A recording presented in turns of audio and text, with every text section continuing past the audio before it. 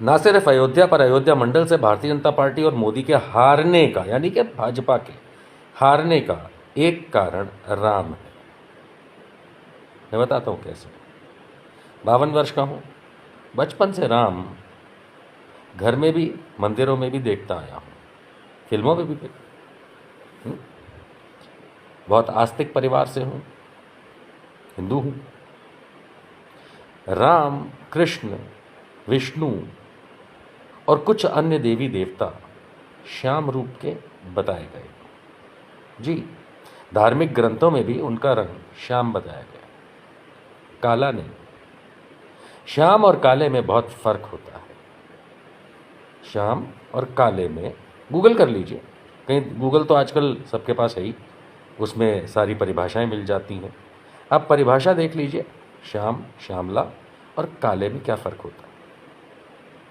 जब प्राण प्रतिष्ठा जनवरी 2024 में ज़बरदस्ती अधूरे मंदिर में गलत जगह पे, गलत तरीके से, गलत प्रथा से, गलत व्यक्ति से एक प्राइवेट मंदिर बना करके नरेंद्र मोदी से करवा रहे थे, तो बहुत सारे साधु संतों ने और धर्म के गुरुओं ने, धर्म के ज्ञाताओं ने कई बातों पे आलोचना की थी।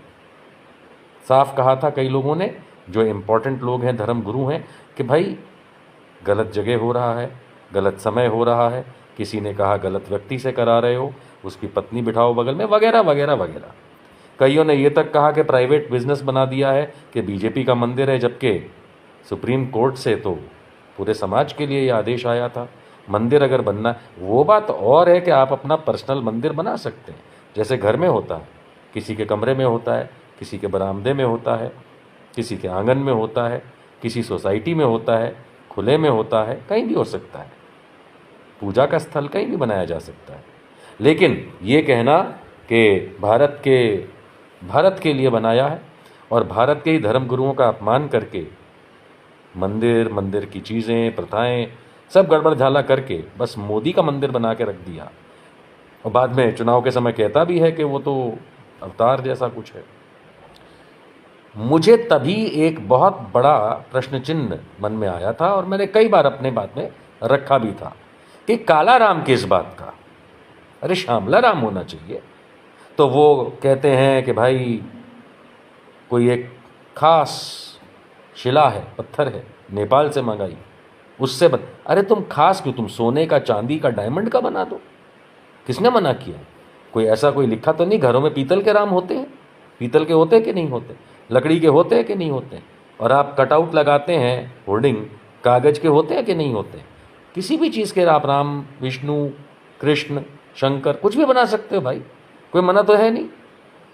ऐसा तो है नहीं कि कोई, हाँ, कुछ चीज़ों को छोड़ के, जो कि अच्छी चीज़ें नहीं होती उनको छोड़ के, बाकी तो आप किसी भी भगवान का, कपड़े का, कागज़ का, लकड़ी का, सोने का, चांदी का, पीतल का, तांबे का, डायमंड का, कुछ भी बना दो।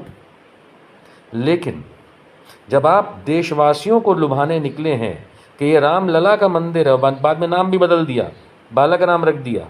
क्यों? क्योंकि रामलला तो 1 महीना 2 महीना के होने चाहिए थे, ये तो 5 साल का एक बच्चा खड़ा कर दिया मूर्ति बना के, तो बालक बन गया, लला तो रहे नहीं, वो जो ओरिजिनल इनकी लड़ाई सो कॉल्ड थी वो। तो हुआ ये कि इन्होंने उसका जो कलर बदला, काला किया, वो पब्लिक को समझ नहीं आया, मुझे समझ में आया, ये काला राम बना दिया, कालू राम। और यही बात मेरे साथ साथ राम को भी समझ में आई, और राम ने इनके पिछवाड़े ऐसी लात मारी है, बीजेपी की ऐसी लात मारी है कि ना सिर्फ फैज़ाबाद सीट जो कि अयोध्या के डिस्ट्रिक्ट में है, पूरे अयोध्या मंडल की सारी सीटें हरा दी इनको, उत्तर प्रदेश में ज़मीन पर लाके पटक दिया। ये तो धन्यवाद हो मायावती जी का कि उनको 16-17 सीटें गिफ्ट में दे दी, वरना तो 20 सीटें भी नहीं आ रही थी उनकी।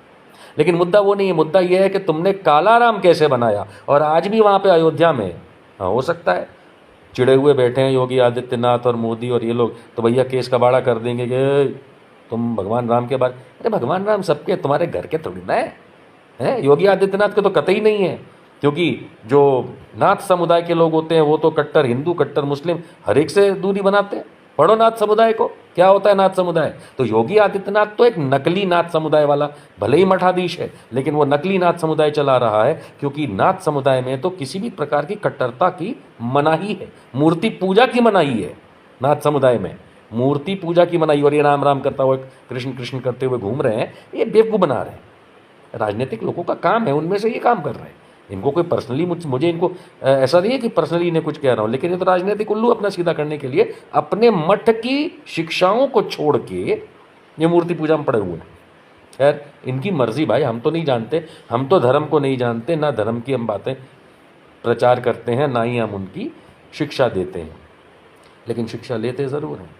और जहाँ तक शिक्षा लेने का सवाल है, काला राम तो आपने भी कहीं नहीं देखा होगा। मैं तभी समझ गया था कि राम को बदनाम, वो भी काला एंड नॉट श्याम, लात जरूर मारेंगे। ऐसा पिछवाड़े में तीर मारा है मोदी के, क्या आप लोग क्या प्यार से कहते हो, सूजी। अयोध्या में भारतीय जनता पार्टी की हार को लेकर के उत्तर प्रदेश नहीं, पूरे देश, पूरी दुनिया में बीजेपी पे थू थू हो रही है। आप लोग भी बहुत सारी पोस्ट्स कर रहे हैं, बातें कर रहे हैं, लेकिन कमाल की बात जानते हैं, सिर्फ अयोध्या नहीं, ना ना ना ना ना, प्रशासनिक सेटअप जो होता है, एडमिनिस्ट्रेटिव सेटअप, वो है अयोध्या मंडल, जिला तो है ही। अयोध्या मंडल में अंबेडकर नगर, बाराबंकी, अमेठी, सुल्तानपुर और ये सीटें आती हैं। कमाल की बात है, अयोध्या अर्थात फैजाबाद सीट तो भाजपा बुरी तरह हारी इंडिया से, अमेठी भी हारी, सुल्तानपुर भी हारी, बाराबंकी और अंबेडकर नगर भी इंडिया से हारी। यानी अयोध्या का जो मंडल है, रेंज है प्रशासनिक सेटअप की, जिसको बड़ा डेवलप करने की योगी आदित्यनाथ और मोदी बात करते थे, हर जगह से अयोध्या यानी कि फैजाबाद सीट में आप जानते ही हैं कि समाजवादी पार्टी इंडिया ने बीजेपी को हराया। आप जानते ही हैं कि अमेठी में कांग्रेस इंडिया ने इनको हराया, बीजेपी को।